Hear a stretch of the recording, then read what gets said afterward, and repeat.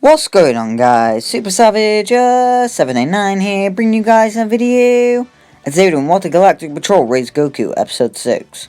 So without further ado, let's get into today's video. Trunks would begin high school where he'd meet Videl. She'd find him arrogant and annoying, but Trunks would find her cute. He'd constantly keep pestering her for a date, which annoys Videl as she throws a punch at him. He dodges out of ease at such a swift speed that he can't even be seen.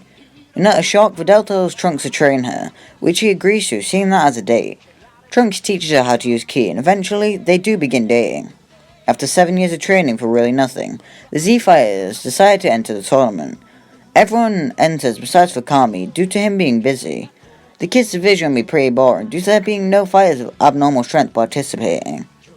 After Krillin defeats his opponent with a mere flick, Tien enters the tournament arena against a mysterious figure, being the Supreme Kai. Due to him needing the energy, the god tells Tien to go all out. He's reluctant, but telepathically, Kami tells him to trust that man.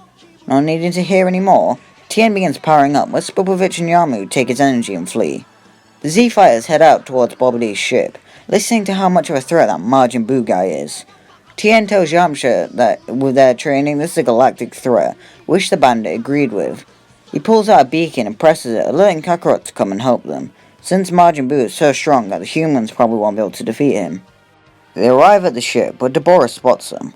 He leaps up and kills Kibito before spitting on Chaozu and Trunks. Enraged at his son's entrapment, Yamcha rushes at the Demon King. Before he can land a hit, Babidi teleports all his forces into the ship. Not wanting to waste any time, the four all enter and begin to rush down and stop the threat. They arrive up against Puipi, where all three humans launch themselves at him, attacking him. They're not Saiyans, and not going to take it in turns. In a couple seconds, they knock out Puipi before spotting his margin mark.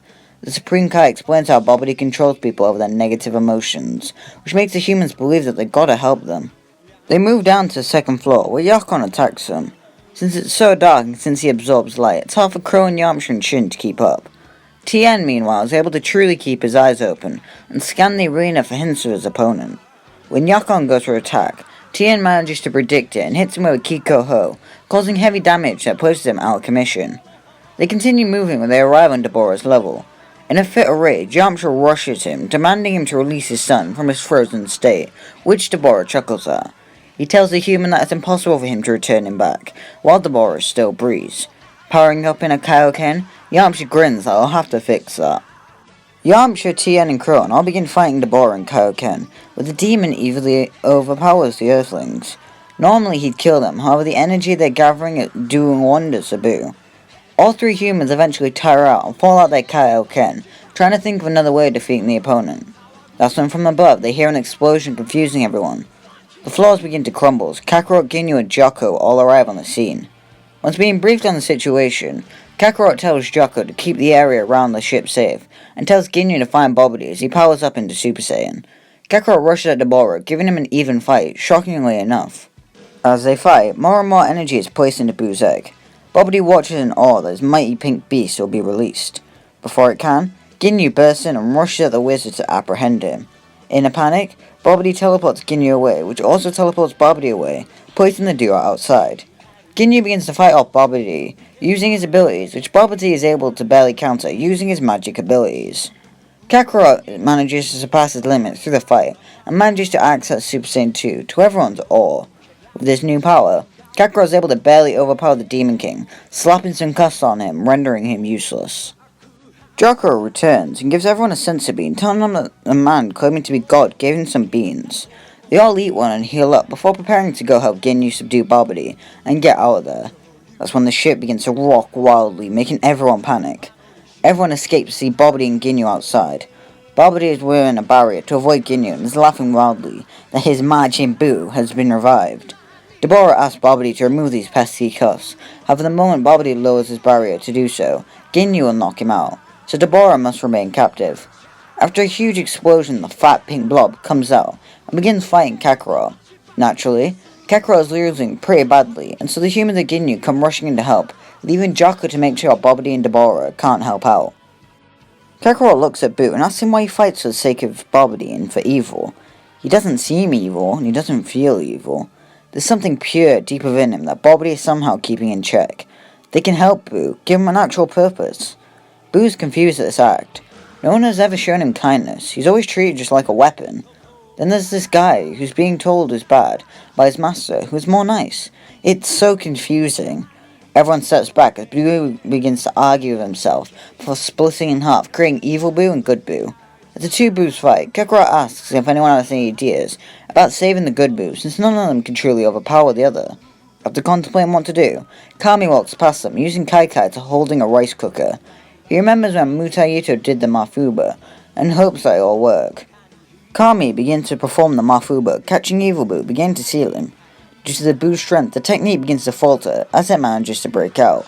Wanting to help, Kakarot begins placing all his energy into Kami. Then Yamcha, Tien, Krillin, Ginyu, and Jaco all fall suit, and together they all seal away the evil creature. Kami begins to breathe heavily as that technique took everything out of him, but he'd be healed by Fat Buu, who is grateful for their help. He then walks over to Babidi, who begins to grin that his Majin has finally come to his senses. Buu rips off a small chunk of his body and molds it into a container, before performing the Mafuba, sealing Babidi in the small container, to everyone's shock. He walks over to Kakarot and gives him the container, making the Saiyan smile. Majin Buu, welcome to the Galactic Patrol. Some Galactic Patrol ships arrive and take away the Majin soldiers to Galactic Prison to see if it's possible to remove their Majin seal.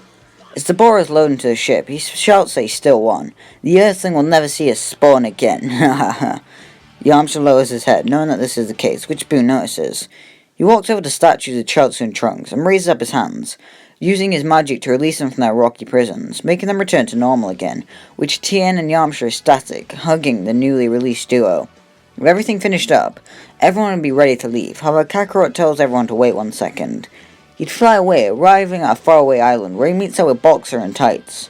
He'd spar with his son, impressed his strength, before telling them he has to leave. With a heavy heart, he flies away. This encounter only motivates Boxer to get stronger, as he swears to his mom that one day he'll be just like his dad. The Galactic Patrol leave Earth and return back to their headquarters, giving Majin Buu a place in the Galactic Patrol ranks. He'd be taught not to kill and to only apprehend, which would be easy for the Dijin. Using magic, he could form cuffs around a group of people in seconds, taking out armies, proving his worth, always getting massive feasts in return. Kakarot began to train with Buu on the off time between missions, getting significant gains in the process. He still won't achieve Super Saiyan 3, however the power he has in Super Saiyan 2 would more than make up for that. Seeing how Buu and Kakarot surpassed him significantly, Ginyu decides to go on a little trip, travelling to the planet known as Yardrat. The inhabitants remember him and are quite afraid to see him there. So that's when Dabura uses instant transmission to appear in front of him, asking his request, which Ginyu explains. Sensing how Ginyu feels more pure instead of that raw malice he felt all those years ago, Dabura accepts this, and so Ginyu begins spirit training, learning the plethora of new techniques from the Yardratians. Kakarot and Buu exit a training room, both exhausted, ready to eat. As they leave, they are met by Jaco, who tells Kakarot to meet the new recruit. They look and see Mirrors enter the room.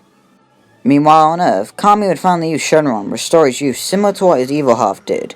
This will allow him to train for a lot longer, getting more gains in the process of this. It also allows the Tien and Chaozu to get much stronger, having the young Kami as a training partner. Yamcha would make Trunks take his training more seriously, teaching him high levels of Kaio-ken and fighting for long periods of time. It shows how paranoid of a father Yamcha is, and even when Trunks moves out to live with Videl, he still regularly meet up with him for his spar to make sure he doesn't go out of shape.